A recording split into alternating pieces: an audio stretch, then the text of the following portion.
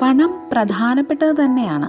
പക്ഷേ പണം നിങ്ങളിലേക്ക് വരുന്നത് പണത്തെ കൂടുതലായി ആഗ്രഹിക്കുന്നത് കൊണ്ടല്ല. അത് വരുന്നത് നിങ്ങൾ എന്തെങ്കിലും നന്നായി ചെയ്യുമ്പോഴാണ്. എത്ര പണം സമ്പാദിക്കണം എന്നതിനെക്കുറിച്ച് ചിന്തിക്കാതെ ലോകത്തിന് ഏറ്റവും ആവശ്യമായ എന്ത് എനിക്ക് ക്രിയേറ്റ് ചെയ്യാൻ പറ്റുമെന്ന് ചിന്തിക്കുക. നിങ്ങൾ സൃഷ്ടിക്കുന്നത് നിങ്ങളുടെ ചുറ്റുമുള്ള ലോകത്തിന് ഏറ്റവും ആവശ്യമായ, ഏറ്റവും അനുയോജ്യമായ സമയത്താണ് നൽകുന്നതെങ്കിൽ തീർച്ചയായും പണം നിങ്ങളുടെ പിന്നാലെ വരും. മാർക്ക് സക്കർബർഗും ബിൽ ഗേറ്റ്സും സ്റ്റീവ് ജോബ്സും ഒക്കെ പണത്തെക്കുറിച്ച് ഒട്ടും തന്നെ ബോധേഡായിരുന്നില്ല. അവർ എന്തെങ്കിലുമൊക്കെ സൃഷ്ടിക്കുന്നതിനെ കുറിച്ചാണ് ചിന്തിച്ചുകൊണ്ടിരുന്നത്. അവർ സൃഷ്ടിച്ചവയെല്ലാം ലോകത്തിന് അമൂല്യങ്ങളായ സമ്മാനങ്ങളായിരുന്നു. പണം സ്വാഭാവികമായി തന്നെ വരും. അതൊരു ബൈ പ്രൊഡക്റ്റ് മാത്രമാണ്.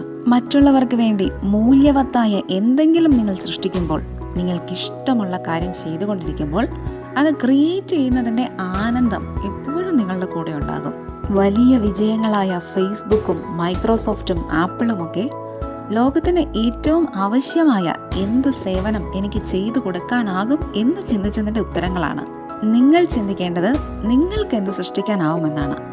ചുറ്റുമുള്ളവരുടെ ജീവിതത്തിന് ഏറെ മൂല്യമുള്ള എന്തെങ്കിലും നിങ്ങൾക്ക് നിർമ്മിക്കാനാവുമെങ്കിൽ പിന്നെ എന്തിനാണ് ഈ പണത്തെക്കുറിച്ച് ചിന്തിച്ചുകൊണ്ടിരിക്കുന്നത്?